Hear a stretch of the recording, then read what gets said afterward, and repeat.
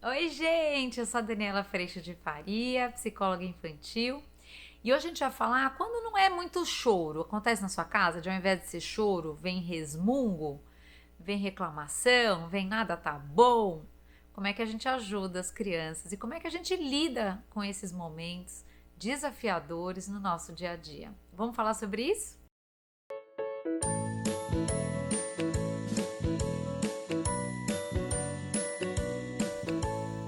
Oi, gente, tudo bem? Olha, antes de mais nada, eu tenho que te convidar a se inscrever neste canal, dê like neste vídeo se você sentir assim no seu coração e compartilhe essa mensagem para quem você acha que vai ser uma boa receber, para quem você acha que vai se beneficiar de alguma forma com essa mensagem. Eu te agradeço demais por isso. Gente, olha só, eu recebi uma pergunta e eu vou usar como base essa pergunta para a gente ter esse tema de hoje. Às vezes a criança não chora e não se joga e não vem uma birra enorme, mas vem resmungo. Será que isso é a mesma coisa? Olha só a pergunta da Gi Sofia Andreotti. Obrigada por trazer esse relato. Foi no vídeo do Choro por Tudo. Mas e quando não se trata exatamente de um choro de fato e sim de resmungos? Minha filha tem 5 anos e chora por tudo. Mesmo sendo bem paciente, muitas vezes ela não consegue expressar o que está acontecendo naquele momento.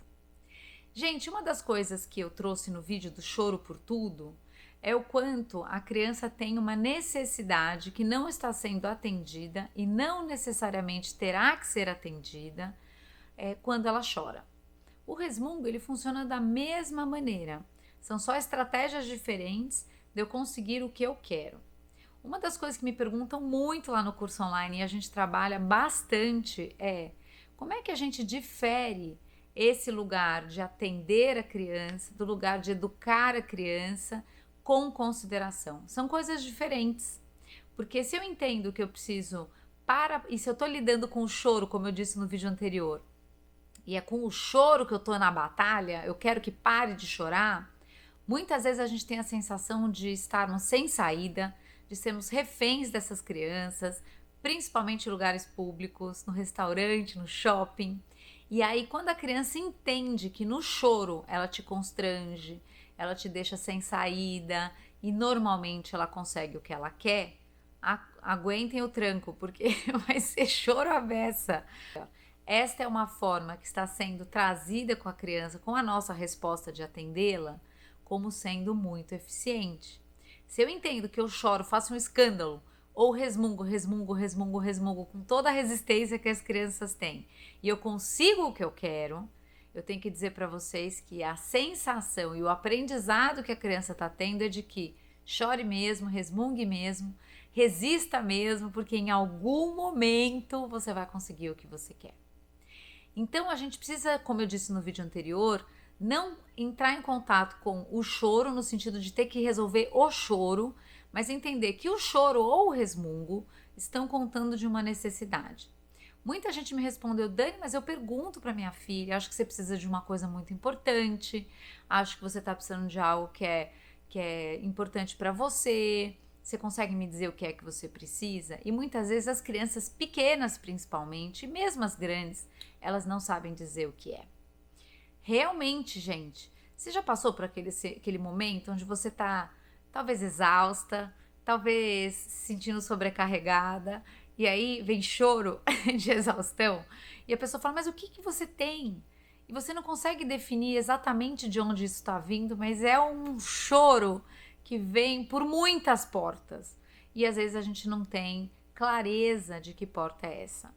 Eu entendo que com as crianças acontece às vezes da mesma forma, e às vezes ela pode estar chorando, mas ela não tem a exata noção do ponto disparador desse desconforto que ela está vivendo. Mas a gente pode olhar esse histórico, olhar essa fita, voltar a fita. Vocês já descobriram que eu não nasci para dizer voltar a fita, né? Volta a fita, e aí o que acontece é que você vai olhar qual foi o ponto disparador do choro. O ponto disparador do choro ou do resmungo, gente, normalmente é uma frustração, não acontecer do jeito que eu quero, da forma que eu quero, é eu entender que eu tô submetido a uma situação que eu vou ter que fazer uma coisa que eu não gostaria. Tem a ver com perder, tem a ver com as coisas não andarem do jeito que eu quero. Eu já falei isso 20 vezes aqui hoje, mas é isso mesmo.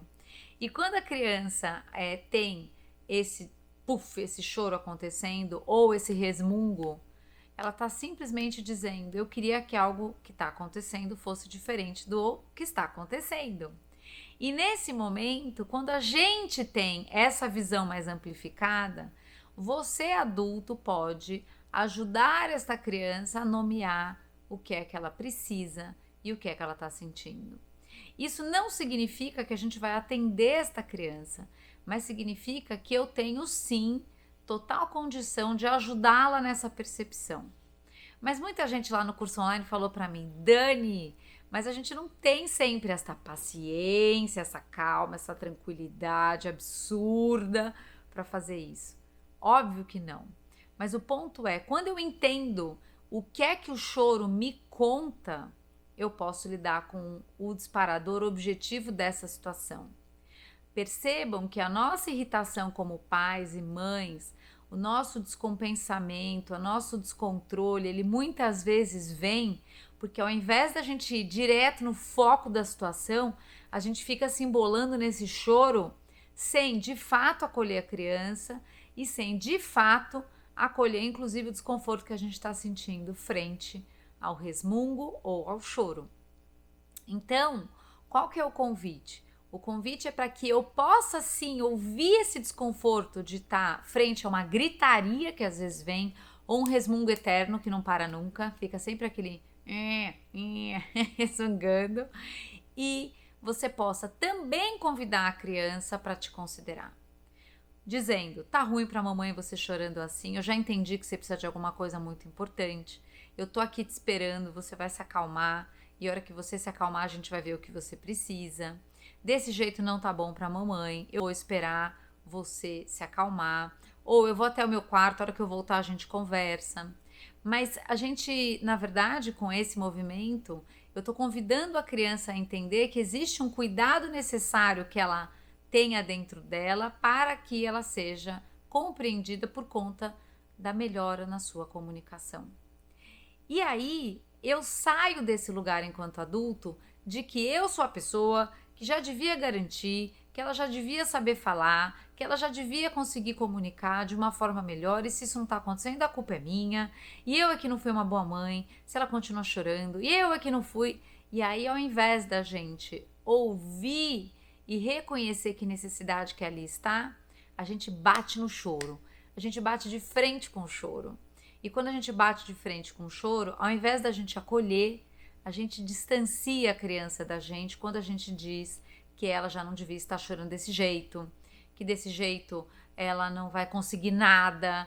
E nesse sentido, a gente se afasta e exige.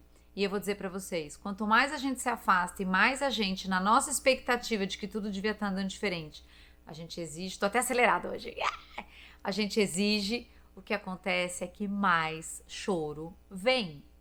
Então, dentro dessa ideia de eu ouvir o meu desconforto, e a gente vai falar num próximo vídeo desse escaneamento desse desconforto, que é imensamente trabalhado lá no curso online, quando eu aprendo a ouvir o meu desconforto, eu saio desse lugar de garantidor de tudo e de tudo ser minha responsabilidade.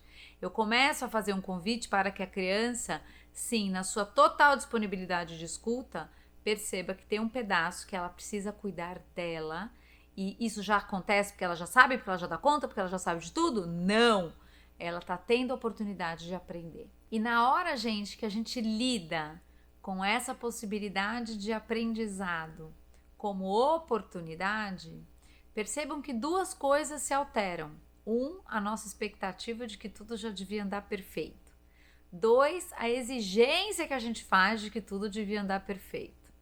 E a leveza da nossa imperfeição e do processo de aprendizado começa a tomar conta de toda essa caminhada. Então, essa pergunta do resmungo ou do choro, quando a gente entende que a gente está ajudando essa criança a se perceber mais, ajudando essa criança a nomear suas necessidades, ao invés de chorar as suas necessidades, a gente começa a contribuir para o desenvolvimento real de recurso das crianças para a sua comunicação. E em algum momento, esse choro talvez diminua de tamanho, ou talvez, às vezes, as crianças ainda, como eu, por exemplo, adulto, em situações mais tensas, talvez eu fale chorando, mas eu estou dizendo o que eu preciso.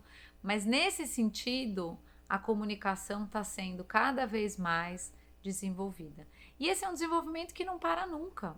A gente está sempre tendo situações e oportunidade da gente se perceber o que é que eu sinto, o que é que eu gostaria de fazer diferente, mas eu tenho como voltar o tempo para trás? Não.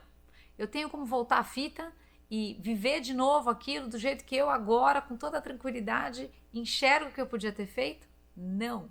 Mas eu posso fazer isso para frente. Eu posso ir percebendo quais são, principalmente, os gatilhos de desconforto e de sentimentos, e quando eu vou percebendo esses gatilhos, a gente começa realmente a se ouvir de um jeito diferente e a perceber as nossas necessidades e a cuidar a cada oportunidade de como a gente pode comunicá-las.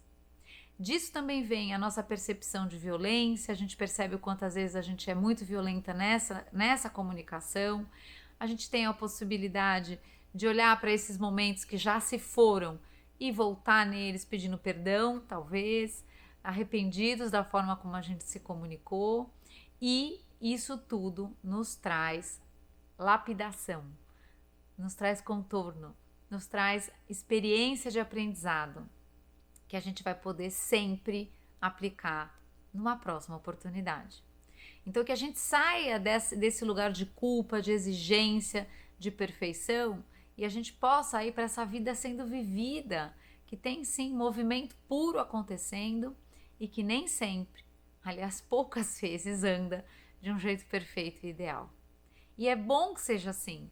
Por quê? Porque a gente cada vez mais vai desenvolvendo dentro do nosso coração a humildade do não sei, a humildade do estou aprendendo, a pequenez de, pera, eu não tenho certeza do que acontece dentro do teu coração. A gente começa, ao invés de fazer a nossa comunicação repleta de afirmações, a gente começa a fazer perguntas, trazendo sempre o benefício da dúvida, e isso, na verdade, nos aproxima. Por quê? Porque a gente sai dessa ideia de que há o certo, o perfeito, o que tinha que ser, e a gente entende que sim, este aprimoramento é vida acontecendo. Eu agradeço primeiro a Deus no meu coração por todo esse aconchego e acolhimento. Sem a presença dele, eu jamais seria capaz de estar aqui, e agradeço também a tua presença. A gente se vê numa próxima oportunidade. Tchau!